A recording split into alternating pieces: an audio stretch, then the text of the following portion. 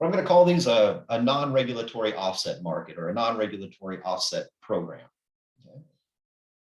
In contrast with the regulatory markets, where demand for permits and demand for carbon sequestration was driven by some regulation, here it's going to be driven by voluntary commitments by firms. Instead of abating their own emissions, they might go to some farmer, say, look, if you adopt no-till, if you adopt cover crops or some other conservation practice to store that carbon in your soils, that can generate offsets.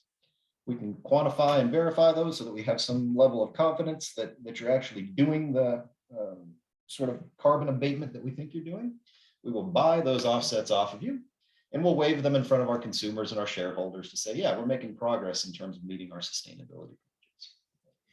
Now, that last sentence sound a little bit dismissive of these things. This is actually a really great idea, right? There's no problem with these offset markets in any real sense, right? Some people complain that, hey, it's Walmart, it's Apple that are dodging their actual responsibilities because they're just paying somebody else to get rid of their carbon emissions for them.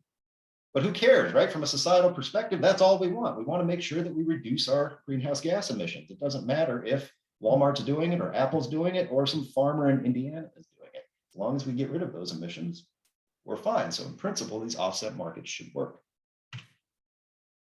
And we've seen a lot of them pop up over the last, say, 3 years. And it seems like every month a new carbon program that features ag very prominently pops up somewhere in the country.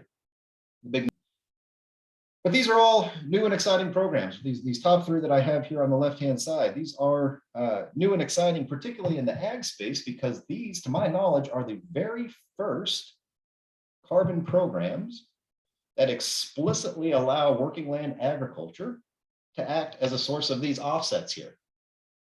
That has never been done before. Climate Trust has existed, again, for about 20 years. They have never allowed corn farmers, soybean farmers, or whatever to adopt some conservation practice and turn that into offsets. None of the regulatory markets that I've mentioned, the California Cap and Trade or the Regional Greenhouse Gas Initiative, allow working agricultural lands to act as a source of offsets.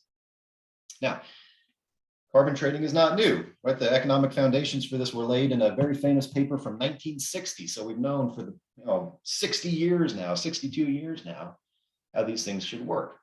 And if all of these markets that have existed for decades have never allowed ag to supply offsets before, we have to be a little bit suspicious of that, right? We have to start asking why that might be the case and why nobody's let farmers play this game before.